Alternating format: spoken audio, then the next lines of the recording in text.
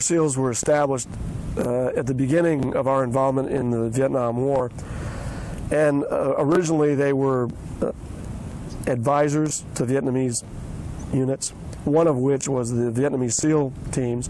You're basically an advisor. You eat, sleep, train them, and bury them. And you get to a point where you become hardened. When you look at somebody who 1 minute is alive, the next minute they're dead, if you let it get to you, it will. You have to think ahead. We completed the mission, we'll come back for another mission. When the Vietnamese SEAL teams went to Saigon in 1966, the powers to be saw that as an opportunity for SEALs, U.S. SEALs, to go down and start combat operations. It started in February of 1966. I was with the Alpha Platoon, and Scotty Lyon, Don Crawford. That turned out to be what they call now, referred to and put them in Time Life books as the Dirty Dozen, Vietnam style. And our mission was basically interdiction, deny enemy supply routes, kidnap and assassinate the leaders, or assassinate the leaders. And, we operated on targeted information.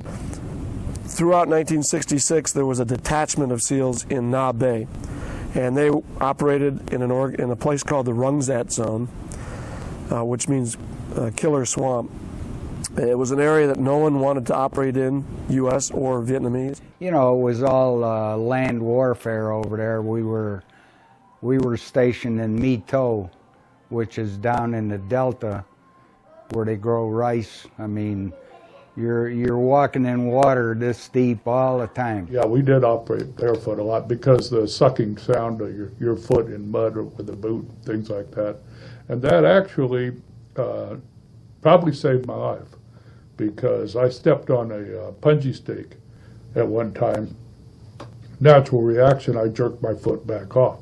If I'd have had a boot on, I'd have lifted that brick, and the brick had a demolition charge underneath it.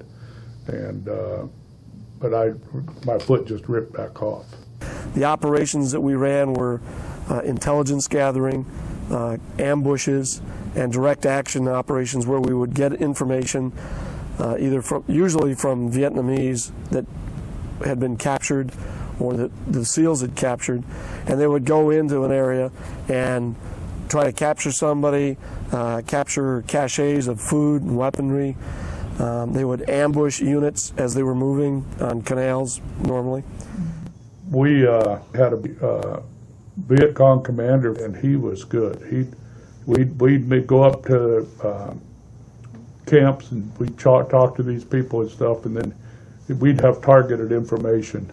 And we did liberate a POW camp. We went out and brought in a great big medical cache. You know, some of those things that we had good information telling us, and he'd guide us right to our target. These detachments were very successful, and eventually SEAL platoons of 2 officers and 12 enlisted men were stationed throughout the Mekong Delta, the southern area in South Vietnam, and did the same types of operations. Eventually they went into operations where they would try to free POWs. They went after the Viet Cong infrastructure, the political wing, not necessarily the guys carrying weapons, but the individuals that ran the whole Viet Cong infrastructure. By 1970, the Viet Cong in the south, in the Four Corps area, were pretty decimated. SEALs had a major part of that from the intelligence gathering and finding individuals.